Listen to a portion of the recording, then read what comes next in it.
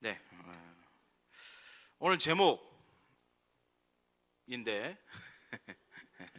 다 아시는 거죠.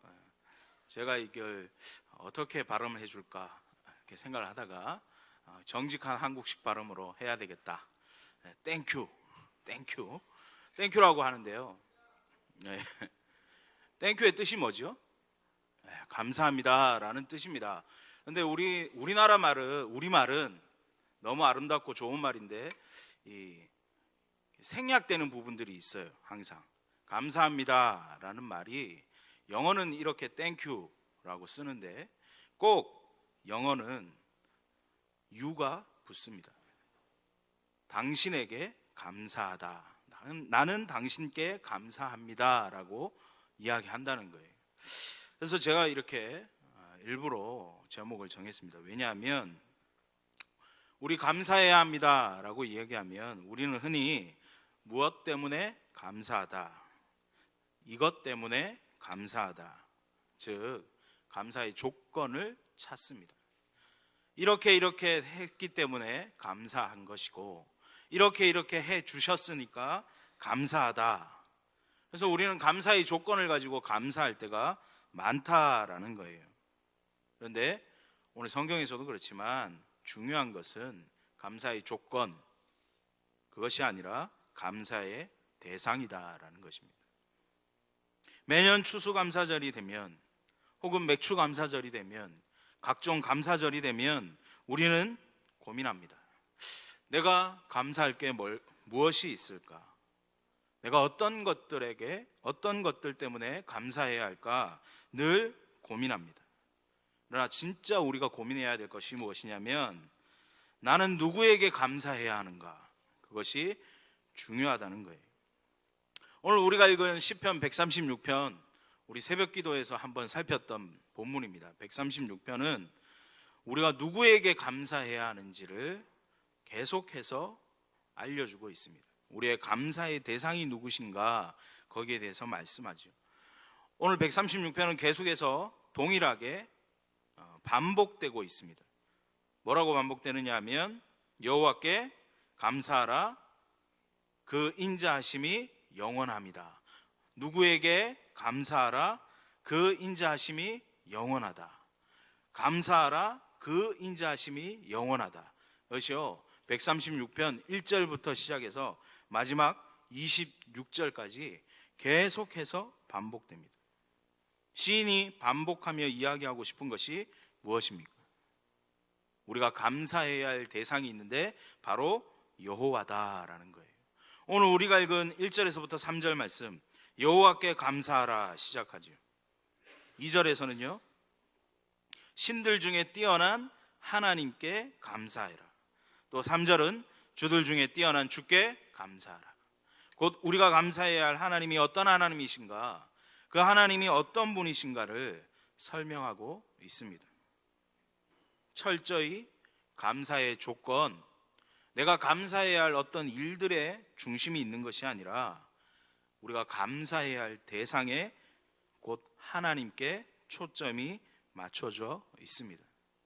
이건 1절에서부터 3절만이 아니고 26절 전체가 이렇게 흘러갑니다. 시인은 이스라엘 백성들의 역사를 살피면서 감사할 것들을 나열합니다. 그러나 그 감사할 것들만 나열하는 것이 아니라 그 일을 이루신 분이 하나님이시다. 너희들 역사 가운데 지금까지 출애굽하고 그리고 가나안 땅에 들어오고 그리고 많은 일들을 치루어가는 이 과정 가운데 너희에게 그 일을 행하신 분이 하나님이다. 그래서 너희의 감사의 대상이 하나님이다라는 것을 계속해서 이야기합니다. 오늘 136편을 살펴보면 감사할 것밖에 없습니다.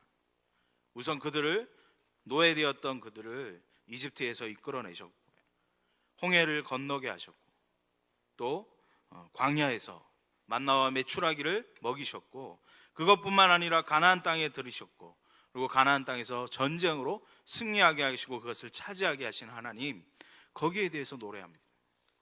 사실 감사할 것밖에 없으니 감사해야 하는 것이 옳다라고 할 수 있지만 우리 조금만 생각해 보면 이 이스라엘 백성들의 삶이 녹록하지 않습니다. 우리는 이 광야의 생활에 대해서 잘 모르잖아요. 그래서 그냥 광야는 하나님이 다 지켜주셨고, 구름 기둥으로 불 기둥으로 지켜주시고, 아침만 되면 만나를 내려주시고, 고기 먹고 싶으면 메추라기 보내주시고, 너무 좋은 생활인 것 같다 생각하지만, 사실 광야 절대로 녹록하지 않습니다. 그들이 어디에서 생활했죠? 지금으로 말하면 천막 생활했습니다. 아침마다 천막을 치고, 아침마다 천막을 접고, 그들이 움직이고 싶어도 움직일 수 없는 것이 광야였습니다. 어디를 가고 싶어도 함부로 갈 수 없어요. 낮에 구름 기둥이 움직이면 그때 움직이는 겁니다. 구름 기둥이 안 움직이면 움직일 수 없어요. 밤에도 불 기둥이 한밤에 갑자기 움직이면 밤에라도 텐트 걷고 움직여야 되는 생활이 광야의 생활이에요. 한 번도 전쟁을 치러보지 않았습니다. 전쟁이라는 것이 무엇인지도 알지 못했습니다. 그런 그들이 다른 민족과 전쟁을 치루어야 합니다. 싸움을 해야 합니다. 사실 힘들고 고달픕니다. 그런데 저자는 그런 모든 일, 그런 모든 생활에 집중하는 것이 아니라 하나님께 집중하고 있습니다. 사실 우리는 매년 추수감사절을 보냅니다. 매년 이렇게 앞에 우리 많은 과일들을 장식하고 감사하고 있습니다. 많은 과일들과 곡식들이 잘 익고 추수하게 하신 하나님께 감사드립니다. 네, 매년 우리는 감사의 조건, 감사의 열매만을 찾고 있다면 우리는 잘못된 감사를 하는 것이죠. 우리가 잊지 말아야 할 것, 분명히 기억해야 할 것은 이 모든 감사의 주인공은 하나님이시다라는 것입니다. 감사의 조건에만 집중하면, 베풀어진 것에만 집중하면 그 대상을 잃어버릴 때가 많습니다. 감사는 반드시 대상이 있어야 합니다. 반드시 그 대상에게 집중해야 합니다. 오늘 시편 저자는 분명하게 그 대상에 집중하고 있는 것이죠. 그 대상은 하나님이십니다. 그 하나님이 어떤 하나님이신가 계속해서 말씀하고 있고, 또한 그 하나님께 감사하는 우리가 누구인가에 대해서도 말씀하고 있어요. 우리는 받은 것에만 감사합니다. 그러나 받은 것에만 집중하면 안 된다.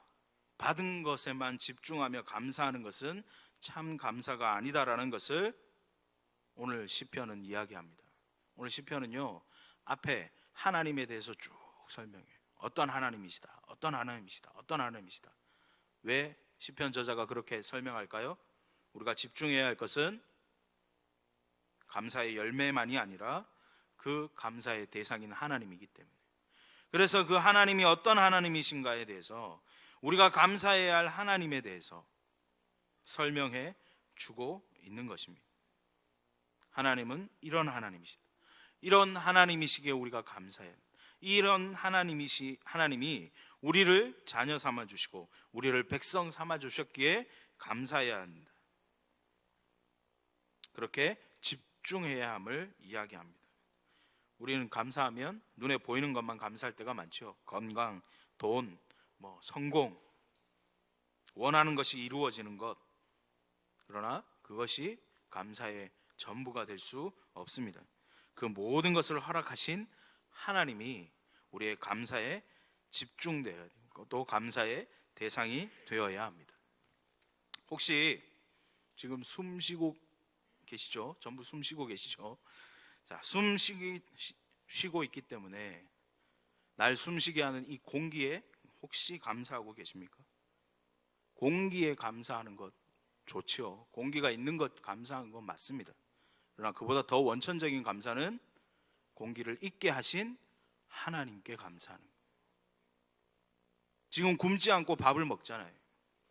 그래서 밥을 먹으니 감사한 것이 아니라 굶지 않고 밥을 먹을 수 있게 해주시니 곧 하나님께 감사하는 것이 우리에게 필요합니다. 오늘 시편 저자처럼 하나님께 감사하는, 감사의 대상이 하나님이심을 기억하는 우리가 되기를 소원합니다. 우리를 지으시고 단 한 번도 우리를 떠나신 적이 없는 하나님, 그분 자체로 감사해야 합니다. 하나님은 진정한 신이시며 이 세상을 만드신 분이시며 우리에게 주어진 모든 상황과 환경을 움직이시는 우리의 주인 되시는 하나님이심을 믿고 그 하나님께 감사하는 우리 모두가 되는 이 추수감사절에 우리의 찬양이 또 우리의 즐거움이 그 결과가 아닌 바로 그 결과를 주시는 하나님께 집중되기를 소원합니다. 기도하겠습니다.